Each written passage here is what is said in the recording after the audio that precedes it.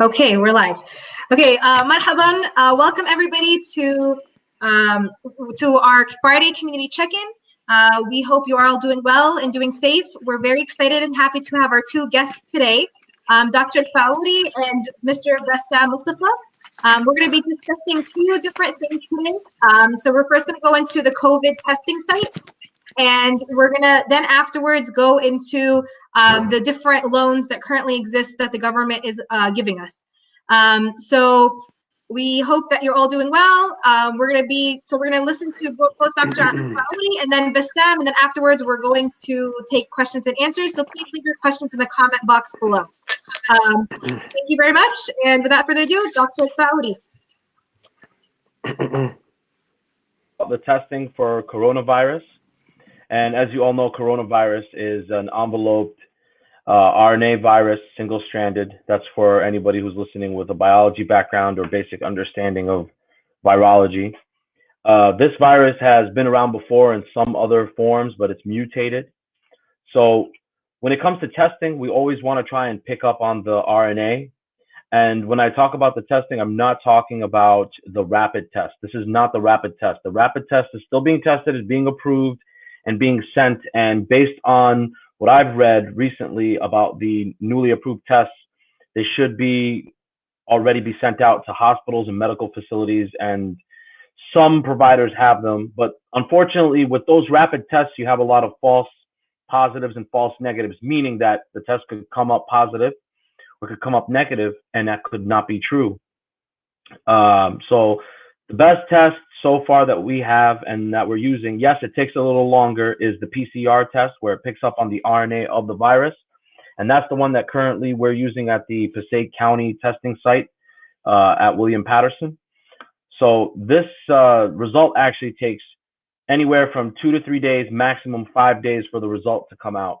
And the idea is we're sticking a swab, a nasal swab. There's two types of swab. There's the pharyngeal, the oral, and then there's the nasal swab. So what we're doing is we're going in with, it's about 5 inches, 4 inches long, and it's a very small brush that goes in your nasal passage, and we have to go all the way to the back where your nasal passage starts curving downward into your oropharynx. And the reason why we go there is because that's where the virus, when it infects and enters your body, it colonizes and sits there for a little bit. And in layman's terms, it hangs out there basically. So that's why we have to go all the way back there and try and get the RNA, the specimen. So how do you get tested and when do you get tested? Now, currently, we are testing only those who have a prescription from their doctor, which means due to the limited supply of tests, and currently the United States is catching up on the amount of tests and they're producing them now more. Before they said there was a lot, but now they're mass producing them and sending them out. You need to get a script from your doctor. So that means if you start showing symptoms, headache, fever, any body aches, but the main tip off is, as you've seen on the news and what I've read about it, is that there is loss of a sense of taste and smell.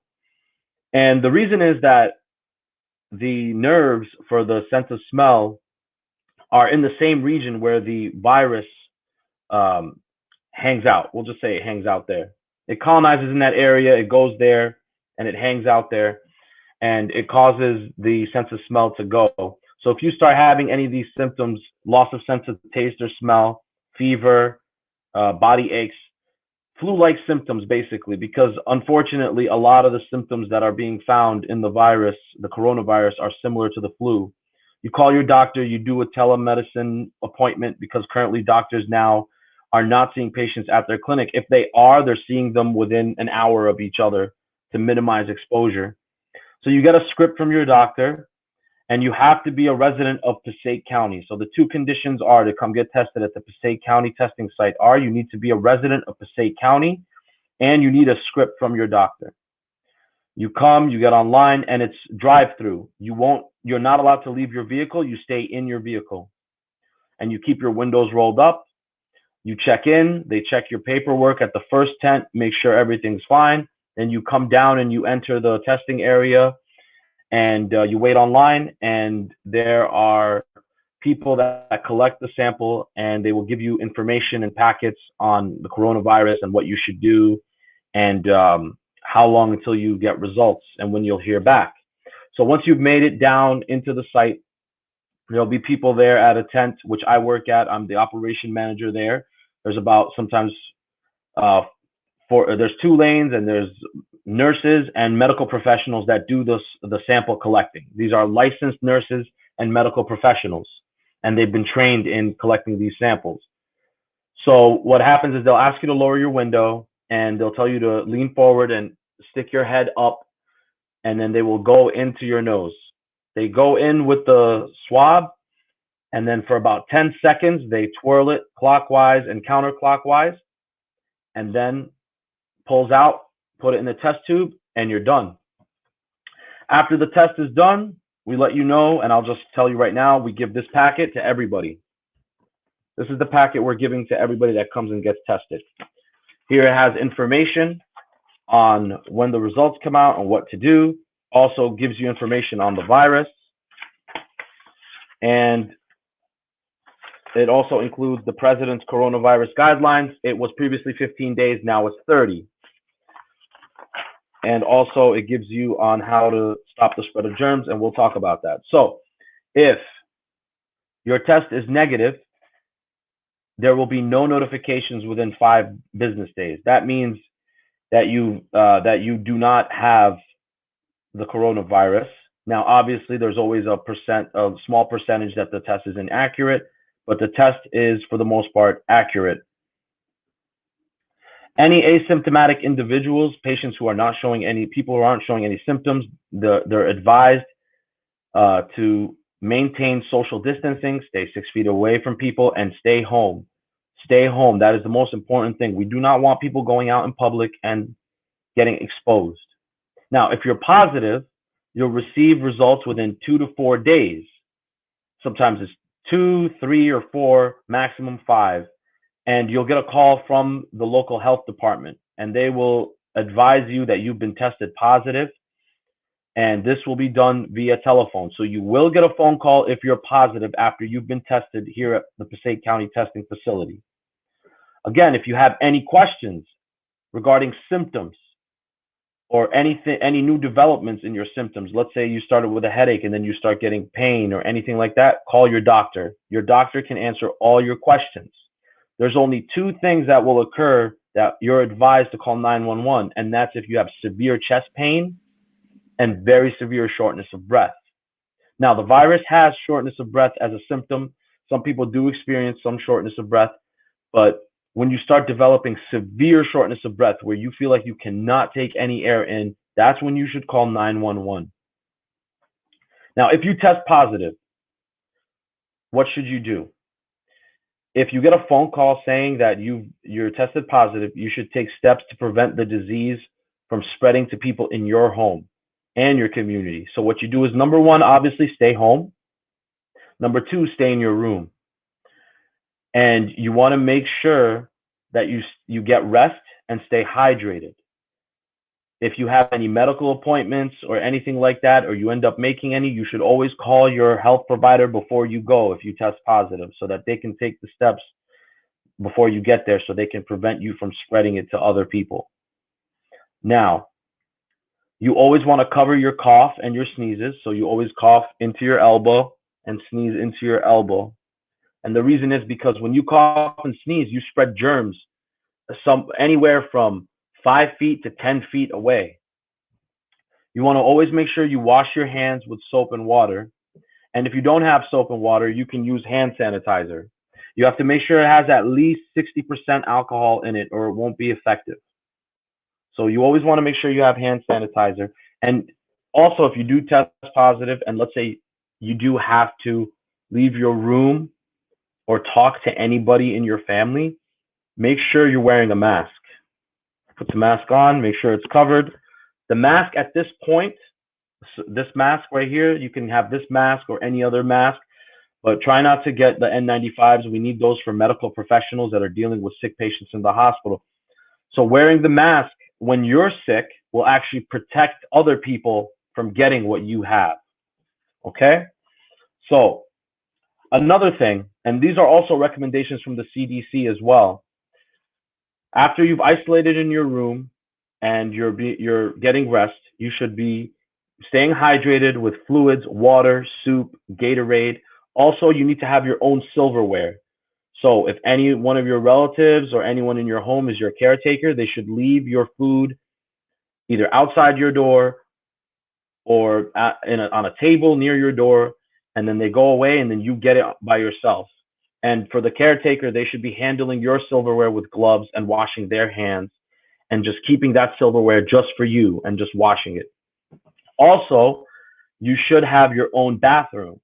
Now, for people who don't have more than one bathroom in their house, that's not possible. So what you do is you want to make sure that after the sick person in your home has used the bathroom, you want to wait about a half hour, an hour, and then you go in and you clean it. You need to go in and clean it with anything that is a disinfectant. I'm not recommending this brand. This is just the one that I use. I even use it on my shoes when I come back from the testing center because I do disinfect my shoes when I come home. So anything that will clean and disinfect, you need to disinfect your bathroom. Now, if you're waiting for your result, let's say you're waiting for your result and you haven't been called, you should isolate yourself till you either get a phone call or you don't get a phone call by 5 days. Now, if you have any concerns that, hey, I didn't get a phone call within 2 to 3 days, what's going on? You should call your doctor because the doctors are receiving the lab results from the testing. And other than that, it's very simple. You get a script from your doctor. You have to be a resident of Passaic County. You come, we do the swab. If you're positive, you hear back in 2 to 3 days. If you're negative, you won't hear back. But if you have any questions, you call your doctor. Any chest pain or shortness of breath, call 911. And other than that, just maintain social distancing and protect your family members by staying isolated in your own room and using your own bathroom or having your bathroom cleaned after you've used it. And that's pretty much it for now. And if anyone has any questions, I'll be happy to answer them. Thank you. Thank you very much, Dr. Alfaouri, for that very informative talk with us. Please, if anyone has any questions, please make sure to leave it in your comments below. We will be answering the questions after Mr. Bassam Mustafa speaks. So please, everyone, do stay safe. Remember, do not go to this testing center unless you get a prescription from your doctor and if you're showing symptoms. So without further ado, I'd like to introduce Mr. Bassam Mustafa, who's going to go into the different governmental programs that that the government is offering right now for businesses, individuals, and nonprofits. So without further ado, please help me welcome Bassam Mustafa. Hey, assalamu alaikum. Hopefully can everybody hear me? Cool. So I just wanted, first off, my name is Bassam Mustafa. I'm an enrolled agent here out of Clifton, and I wanted to go over some of the stimulus payments, first of all, for a lot of the taxpayers. So I'm assuming most people have heard about the $2.5 trillion stimulus that came out. It's really meant, so some of it's meant for small business owners, some of it is meant for individuals. I'll start off by speaking about some of the benefits for individuals.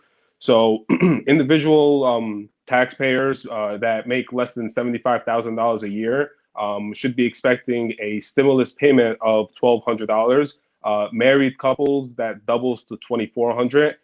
From everything we've been hearing online through the IRS, through our portals, and it's they should start accepting those.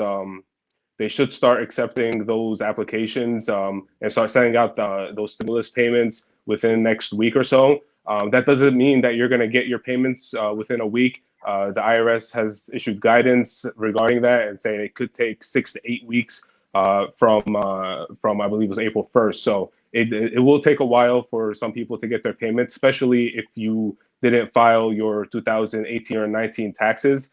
That's actually one of the requirements. So one of the requirements to get those payments is that you file 2018. and 2019. If 2019 is not filed yet, they're going to go off of based off your income of 2018 and probably make adjustments later on in 2020 when you file next year's tax return. So a few suggestions. So if anyone had any newborns in 2019, you definitely should file your 2019 as soon as possible, because they are going to be issuing a $500 stimulus payment for every child as well. So so it's $1,200 for individuals, $2,400 for married couple, and $500 for each individual person. So if you direct deposit, if you receive your refunds, typically direct deposit, and if the IRS has your bank account on file, they're going to send it right to your bank accounts. Okay. If you make over $75,000 as a single taxpayer or $150,000 as a married couple filing joint, that amount becomes phased out as you go over that. So it doesn't mean that you're not going to get a check, but your payment is going to be phased out up until a single person makes 100,000 or married couple makes over 200,000. So if you have any questions, there's a ton of calculators online. You can also reach out to us. We can help you figure out how much you'll be receiving. Okay. We're receiving a ton of questions right now regarding unemployment. So the new stimulus payment that was sent out is actually giving unemployment to self-employed 1099 contractors, people that drive Uber. I know a lot of people in the community do a lot of rideshare programs. So there's some guidance on that just was recently issued.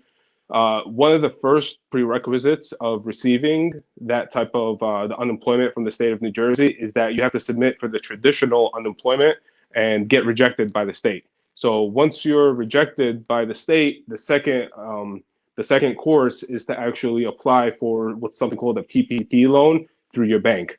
And once you go through that one, once you go through that application, New Jersey is going to be issuing is going to set up their website hopefully soon, I think within the next week or so, for those self-employed individuals to receive some type of benefit. So that's where a majority of our questions are coming for those self-employed. If you're a W-2 employee, traditional way for applying for unemployment is going onto the unemployment website for the state of New Jersey, put in an application. If you work for New York, you should do it for New York as well. For our small business owners, there's some stimulus payments out there.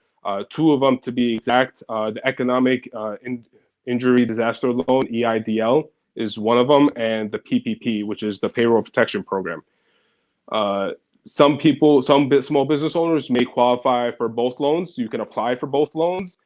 Some are better off with one than the other. So I want to go over some of the highlights of each, and hopefully it can answer most of your questions. The first one is the EIDL, the Economic Injury Disaster Loan. So what that is a loan applied through through SBA.gov. So you don't have to use your bank to actually apply for this loan. And it's really meant to pay for your payroll, fixed debt, accounts payable, other expenses related to your business. But what it is it can be extended out to 30 years. So it's a 30-year loan, and the interest rate is fixed at 3.75%. So it's a pretty low interest rate for some of the business, for a business loan, and you can receive up to $2 million depending on your need. However, the interesting thing, well, a lot of people have been mentioning, oh, I want that $10,000 that the government's giving for small business. So this is the loan that's gonna issue a $10,000 advance, and even if you don't qualify for the loan and you receive that advance from the government, that $10,000 can be treated as a grant and can be forgiven. I'm not saying that it's going to be given to everybody, but I would say give it a shot and apply for the loan. It's on SBA.gov. As soon as you go onto the website, it'll tell you that if you need to apply for COVID-19 relief, you can go ahead and submit an application. Some of the requirements you're going to need is regarding your business formation. You're also going to need some information regarding your sales for the last 12 months, beginning with that epidemic, when the pandemic happened. So you would have to basically look up your sales from February 1st, 2019 to the end of January. So it's based on a fiscal time period. Sales, cost of goods sold, any operating expenses, the total operating expenses. So what's good is that you're not going to have to break out all your operating expenses, but you can do a total for those 12 months. So as long as you have those numbers, your routing and checking account number, and go ahead and submit that application. I haven't heard of anyone getting it approved yet. We've submitted a ton of them ourselves, but no word yet.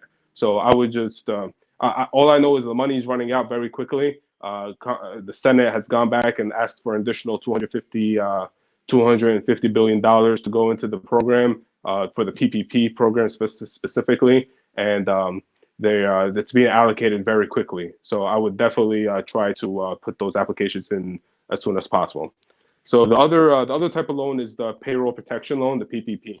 So the amount of payroll protection loan that you'll receive is going to be based off of your 2019 payroll amounts. So if the best way to do it is to look up whoever your payroll provider is, to look up your 12-month 2019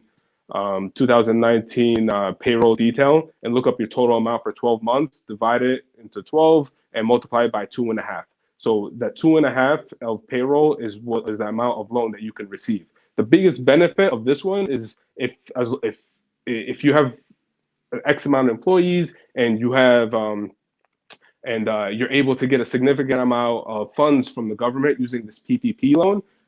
Most of it, if you submit all your documents after 8 weeks, can be forgiven. So if you're averaging 10, 15, 20 grand a month in your payroll expenses, that's a good $40, $50, $60,000 that you can forgive and more, as long as you keep your as long as you maintain 75% of your payroll and retain 90% of your employees for 8 weeks after that loan is approved. You also use it to pay your utilities, to pay your rent. Just understand the underlying principle of the loan is based on your payroll reports. So for any reason that your payroll report that you don't have payroll, you should maybe consider the EIDL loan over the PPP. However, actually today they are able to release the PPP loan applications for self-employed individuals. So if you're also a 1099 contractor and you receive a significant amount of your pay through a 1099, then you also have the application to apply for that PPP loan.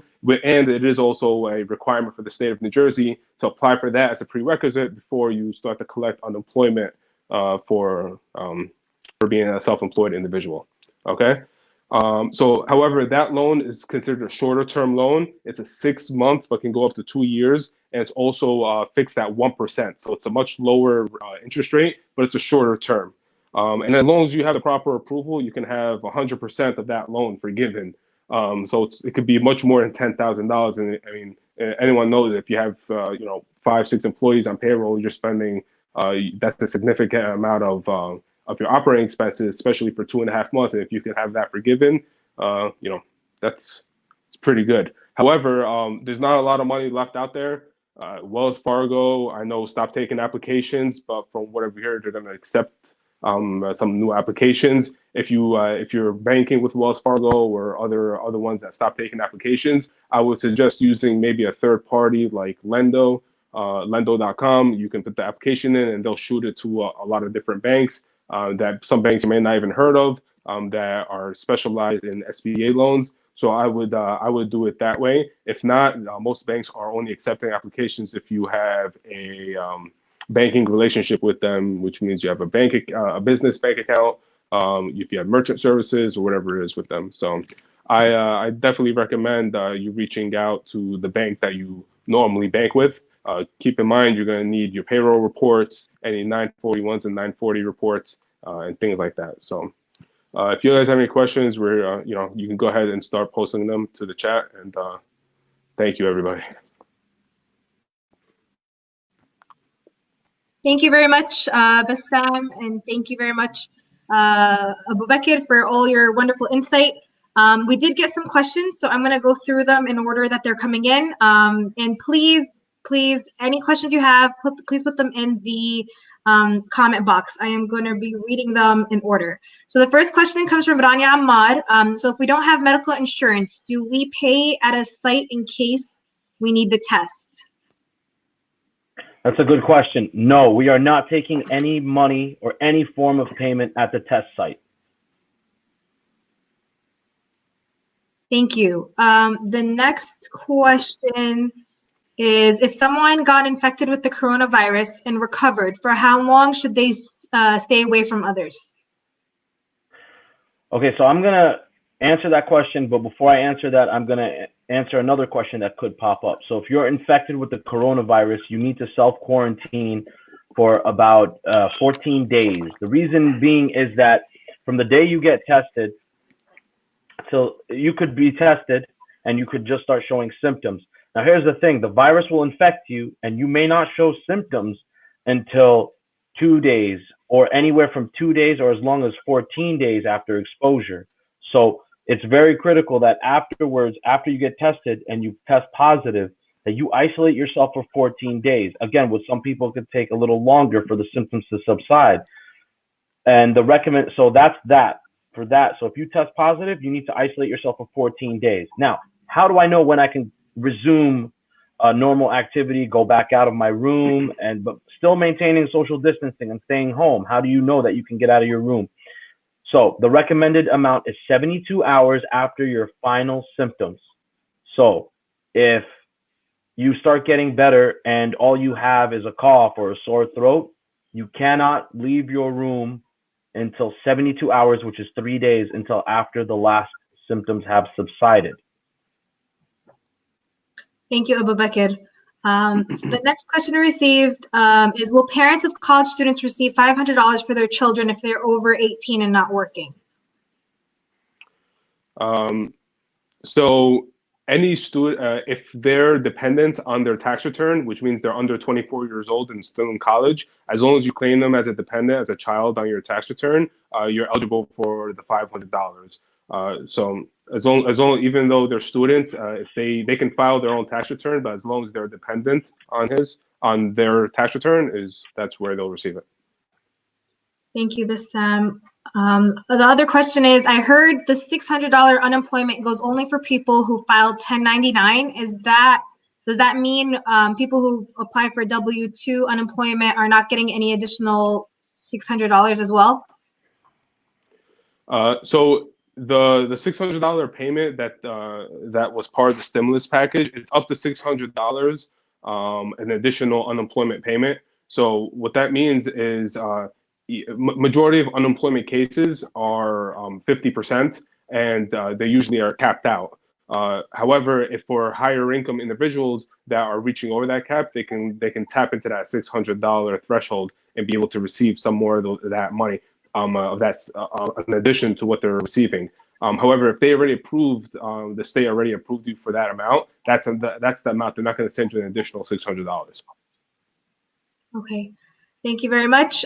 We just got a shout out from Bilal Daria saying Bassam is the most knowledgeable accountant in the area. I highly recommend his services. And then Isa Taha, also Dr. Faroudi is very knowledgeable in the medical field. I highly recommend him as well. So we have your fans in the audience.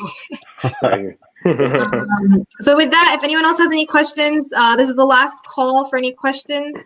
I do have one more question. So I heard the $10,000 benefit that comes with the disaster loan. It's per employee. It's not like a guaranteed 10,000. Can you talk a little bit more about that?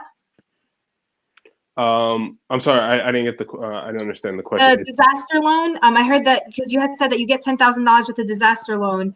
Is it that you get 10,000 or is it up to 10,000? And is it 1,000 per employee? No, so the disaster loan isn't based off of your payroll. It's based off of your operating expenses and your cost of goods sold and your sales. So it's not really based on your number of employees or how many employees you have currently active. The disaster loan is really treated as a usually the disaster loans are more applicable when there's hurricanes, but since and natural disasters in specific areas. So it's to help rebuild the business, to help get some fixed assets paid. You can use it for payroll and to pay off some fixed debts and stuff. But really, that amount is to get your business going. The PPP loan is kind of a way to keep your employees active on payroll and to kind of extend those, not really having your employees push through unemployment. The government wants most people to stay, most employers to keep their employees and not to lay them off or anything like that. So that's what each one is meant for. So it's not really $1,000 per employee. It's 2.5 times your average payroll on the PPP loan. The EIDL loan is more of like a loan to help you reestablish the business, to keep the business floating. Okay, thank you. We received a question on Instagram. Are children born in 2020 qualified for the $500 since they're only looking at 2018, 2019 taxes? Yeah, no. So it's only going to be based off 2018 and 2019. If you have a newborn in 2019 and you haven't filed your taxes yet, I highly recommend you file them early next week, this weekend. They're starting to process applications for the stimulus payment next week. So I would highly recommend you file those if that's the case, or if you have a big swift switch of income. So if you have a big, if your income significantly increased, you don't want to receive that payment and then next year have to pay it back. I mean, some people may prefer that, but vice versa, if your income was much higher in 2018 and it's lower in 2019, where you're on the threshold of that $75,000 single or $150,000 threshold, I would recommend you file 2019 so it's accurate and you can receive the most benefit at that time. Thank you very much. And with that, I don't think we have any more questions. So do either of you have final words before we sign off? I have a couple of questions for Bassam. Number one, what does someone do? How do they? Okay, so let's say someone just started a small business, because someone actually asked me what they should do when I was speaking to them about the whole relief thing. They just started a small business. They've never filed for taxes for that business. What do they need to do? So they recently just opened up the business and they're trying to apply for an EIDL loan or a PPP loan. Is that what they're trying to do, or is there another? They're trying to apply for relief, whatever relief they can get. Some sort of relief. Yes. So they'll receive the individual relief, which we spoke about, which is the $1,200 or $2,400. But also I would recommend if they just opened up their business to apply for the ELDL loan, which is through the SBA.gov. You can indicate that the business has just opened or on what date. However, when you say just opened, they can't have opened, for example, in March or in April. Everything is pandemic. So I think the date is February 15th of when pre-pandemic is determined. So anything prior to that, if they open it prior, they can apply for EIDL loan. But really, most of the benefits and the stimulus, from what I've seen, is really to maintain the business that's currently out there. There's a lot of Uber drivers. There's a lot of 1099 contractors out there that aren't W-2 employees. So they want to keep, and they're actually taking consideration. Oh, actually, so speaking of that point, the PPP loan is also based on payroll and 1099 contractors. So you may not have no payroll for 2019, but you may pay a ton of independent contractors. You're still eligible for that PPP loan because they're going to take that in consideration, average it on 2.5 months. So both 1099 contractors and W-2 employees. But for new businesses, I would say apply for an EIDL loan. Best case, you get accepted and you have 30 years with a very low interest rate to pay that back and to get the business established. So that's what I would say is probably best in someone in that situation. One more question for you, Bassam. So I read an article the other day, and I'm sure a lot of the doctors out there have this issue where they've shut down their practices, they switched to telemedicine health, and their employees are staying at home now. The article said that 11,000 physicians are at risk of their practices going bankrupt over this pandemic. What do they do? So are they at risk for going bankrupt because are they continuing to pay their employees while they're at home, or so what is the reason? Are they not seeing patients? Are they not billing insurance companies? Is that the reason why? Is it a combination? Like, what is, do you know what the reason that they may be filing or going out? Well, because the volume of them, the volume of seeing patients has gone down because they've switched to telemedicine, and not a lot of people are leaving their houses. So obviously that also causes an issue for payroll and just, billing. So what options do medical practices have? So on the revenue stream, there's not really any benefit to on the revenue stream. What I could suggest is to apply for an EIDL loan and to receive that 10,000, hopefully in advance. And if it's not approved, at least that $10,000 can be treated as a grant to their business. And you know, any small business owner knows 10,000 to pay payroll, rent, utilities. It's not a lot of money, especially if you're going to be closed for 2.5, 3 months, 4 months. To keep the employees going, you can apply for both. So I would say to exert both avenues, apply for a PPP loan, and apply for the EIDL loan. Again, the EIDL loan gets is only through your through SBA.gov. The PPP loan is going through financial institutes. So make sure you apply for both. They're two separate applications. And you know, unfortunately, it's the way business is nowadays. You know, doctors are not the only one that are feeling it. You know, a lot of our clients are having the same issues. They want to go back to work. They just feel like they can't. It's contractors, they're scared about going into people's homes. So some people are just adjusting. You know, the technology out there has made it somewhat easier. But no one's really going out, and no one's thinking about getting any work done. For example, in their homes. You know, I know some of the pharmacies are still open and they're working. You know, they might be pretty busy. Just in general, business all around has been slower. So they're hoping that you can keep some of your employees on payroll. You can pay some of your rent and have it forgiven. We just don't know how long this is going to last, and I think the uncertainty of the situation is what's making many people panic. But the relief is there for now. How long will it last? I'm not really sure. The only thing I can really say is, you know, apply for everything out there and whatever you can receive, and you know, try to make the best out of the situation. I would guess, you know. Actually, I wanted to mention a topic to you regarding the testing results of COVID. So I had taken a COVID exam. I think it was like 2 weeks ago, and it took them about the paperwork said exactly like you mentioned, like 2 to 4 days, 5 days max to hear back, and then after 5 days, it would be negative, and you could reach out to your physician and everything in that scenario. But it actually, I didn't hear back for about 9 days, and they called me on the 10th day to tell me that it was positive. And then my quarantine literally just ended, the 2-week quarantine. So I don't know. I mean, is there a reason why it would take longer? And I actually received a call from the Clifton Health Department, and I took it in Wayne. I'm not sure if there was a lag of where it's being sent or how it's being sent, but maybe you can shed some light on that. When did you go get tested, if you don't mind me asking? The exact date was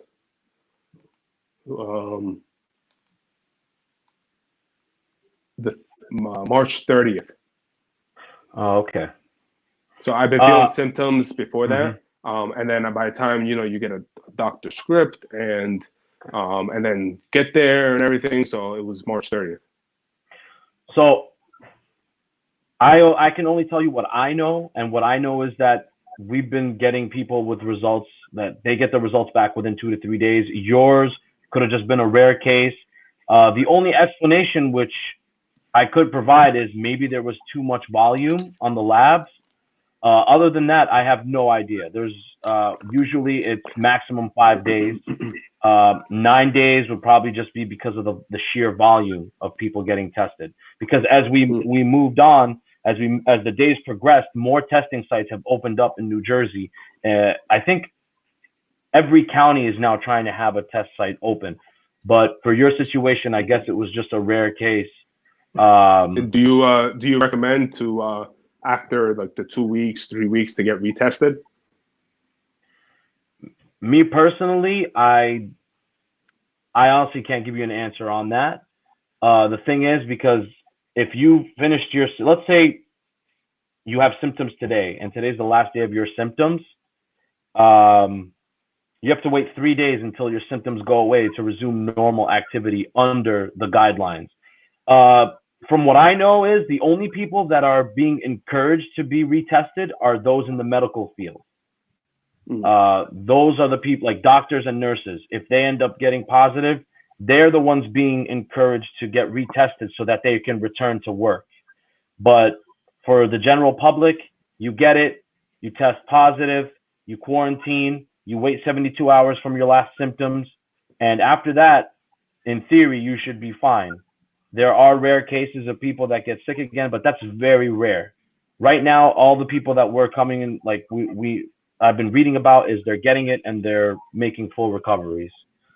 The ones that are recovering, because you have to understand, 80% of people that get this virus are going to have anything from a runny nose to flu-like symptoms. It's the 20% that are overwhelming the healthcare system. Yeah, I think the no symptoms question really is so like, for example, a light cough would be considered no symptoms, or like absolutely no cough is considered no symptoms. No, I mean, a cough here and there is just you trying to clear out your lungs. But if you have a persistent cough that starts one day and then the next day you start getting a fever, and then that's something you should call your doctor about. Yeah, cool. Well, alhamdulillah, Bassam. We're glad you're feeling better.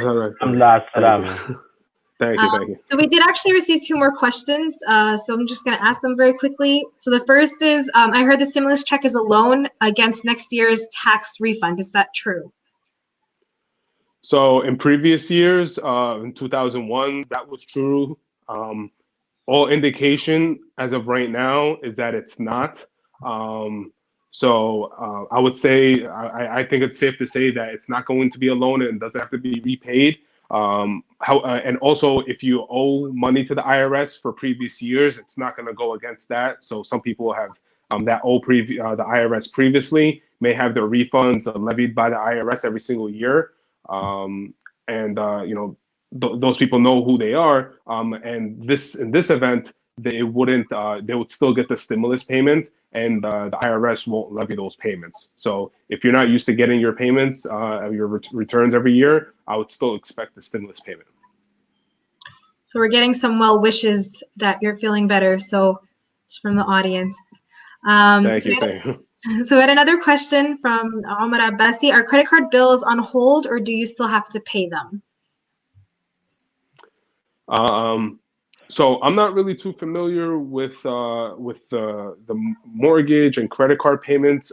What I've read online was that Governor Phil Murray, he had spoke to all the large banks and made an agreement with them regarding the mortgages. So what it looks like is, if you contact your credit card, I know, for example, a lot of credit cards, they're being very helpful by giving them a call and not charge you any late fees or anything like that. I think they're still charging you interest. I just don't think there's any fees.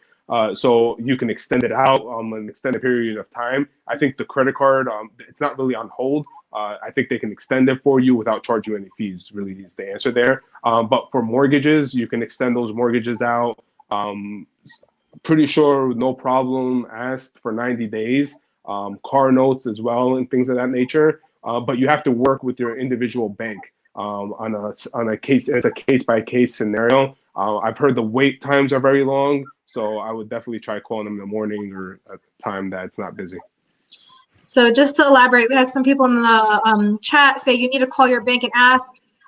Someone else cited that they just extended the mortgage for us for another 3 months, so you don't have to pay for another 3 months and no late fee.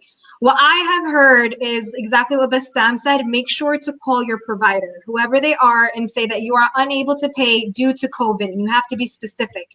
So you can't just say I'm unable to pay. They're trying to, figure out those that have been affected through COVID. And of course, at the end of the day, it is an honor system. So if you can pay, please do pay, so that the people who can't pay can actually benefit from this service.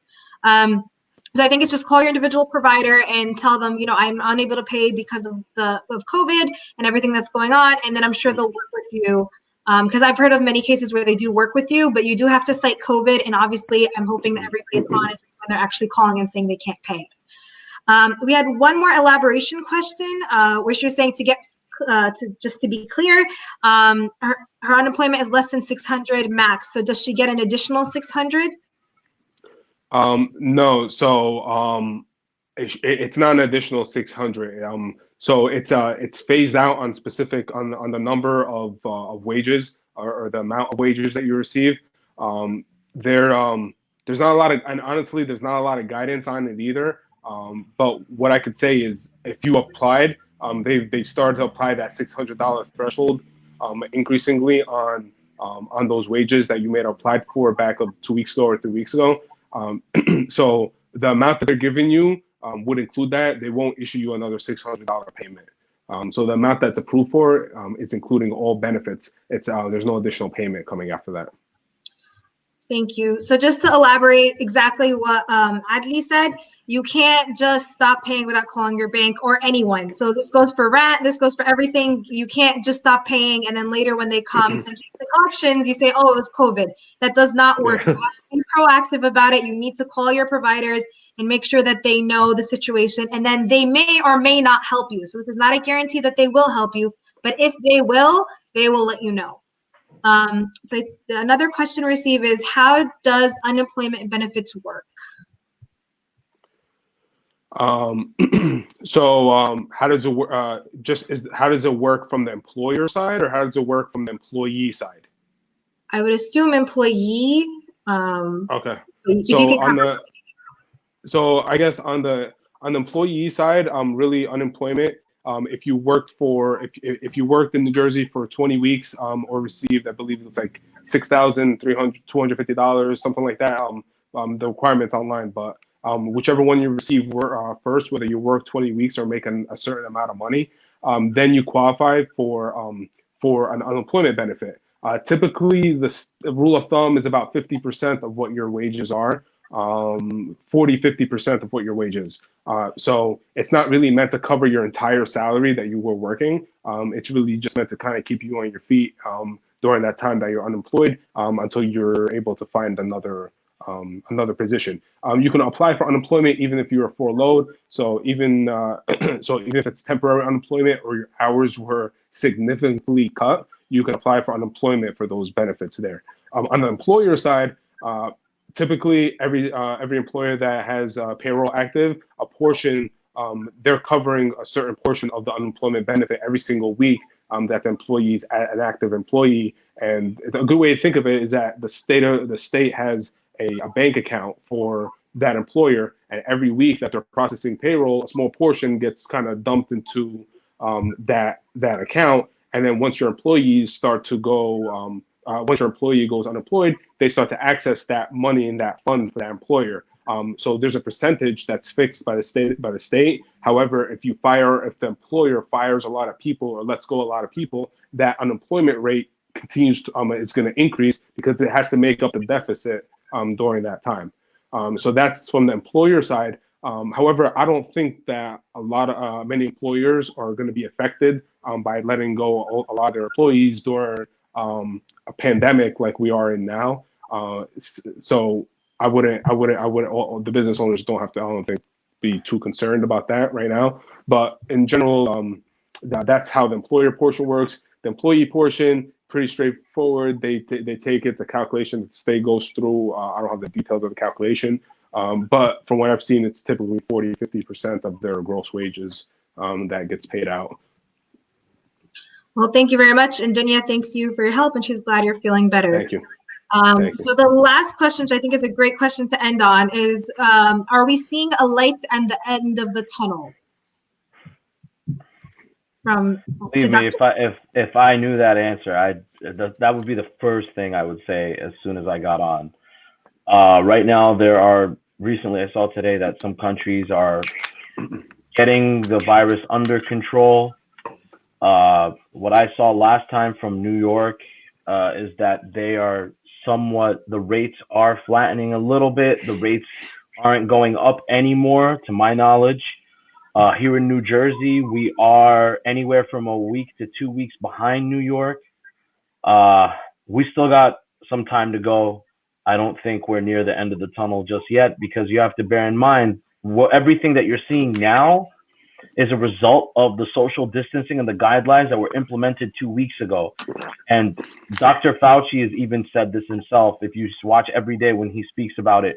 So in next 2 weeks, we're going to see the result of what we did this week.